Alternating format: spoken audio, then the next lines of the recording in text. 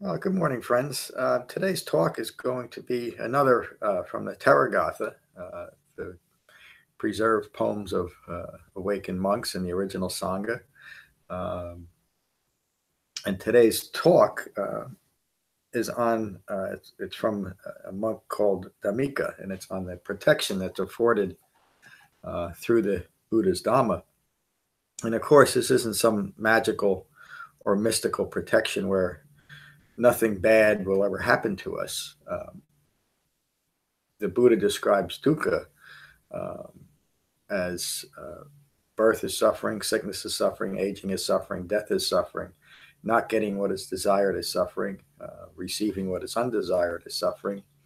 And then he closes that with almost always saying, in short, the five clinging aggregates are suffering. Of course, the five clinging aggregates simply describe the ongoing personal experience of suffering rooted in ignorance of Four Noble Truths and clinging to those wrong views.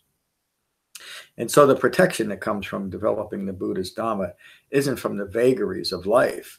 An awakened human being, as shown by the Buddha's own life, is still prone to sickness, aging, and death. But you no longer react to the things that you have no control over.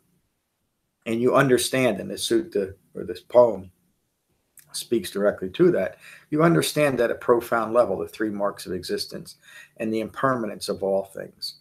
And so when you recognize the impermanence of all things and the suffering inherent on self-identifying and attempting to make permanent what is inherently impermanent leads to all manner of confusion, deluded thinking, and suffering. And all of these poems in the Theragatha and the Theragatha, the poems of the awakened nuns, are very powerful and concise teachings on the entire Buddha's Dhamma. So these are, most of them can be seen as simply reflections on what a complete Dhamma practice looks like. So this is from the monk Dhammika. The Buddha's Dhamma protects those who integrate his Dhamma. There's great instruction in that one single and direct line that if you want the benefits of anything, you have to actually learn it and integrate it. And this is Dhammika saying that if you want the protection of the Dhamma, you actually have to study and integrate the Dhamma, and which also implies to avoid other things that are not something that the Buddha taught. The Buddha's Dhamma, well practiced, brings peace and freedom. The rewards are obvious.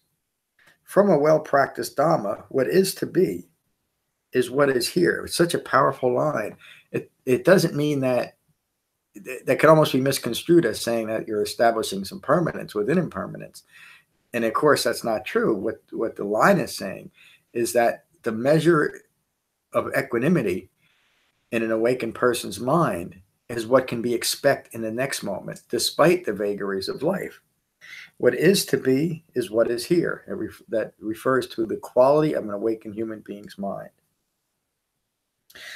The Dhamma brings peace. It is ignorance that brings suffering. So generate skillful desire for developing the Dhamma. Rejoice in the great teacher, standing firm. One of the most remarkable things that I found when I started studying the Sutta Pitaka and avoided the distraction of modern Buddhist practices, such as those presented in the Heart and the Lotus Sutra, or the Platform, the Diamond Sutra, these other well-known but highly embellished teachings. The firmness of the Buddha, the consistency of the Buddha's teaching throughout his entire teaching career. He never wavered from teaching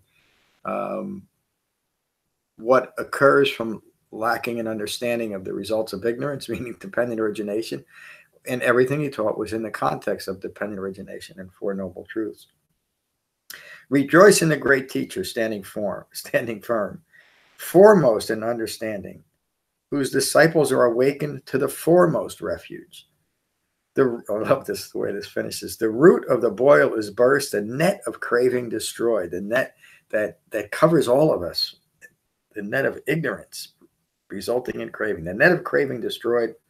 The rightly self-awakened one wanders no more. He is clear and bright as a cloudless full moon night. What a nice way of describing the quality of an awakened human being. Clear and bright as a cloudless full moon night. One of the reasons why I'm doing these series on the Theragatha and the Theragatha is because they are such concise and clear teachings and describe so well what a well-focused Dhamma practice will bring. So I hope you found benefit from this talk. And if you did, please consider a donation at becoming-buddha.com. And I'll have another talk next week, next Wednesday, and my Tuesday, Thursday, and Saturday classes are also streamed live on YouTube.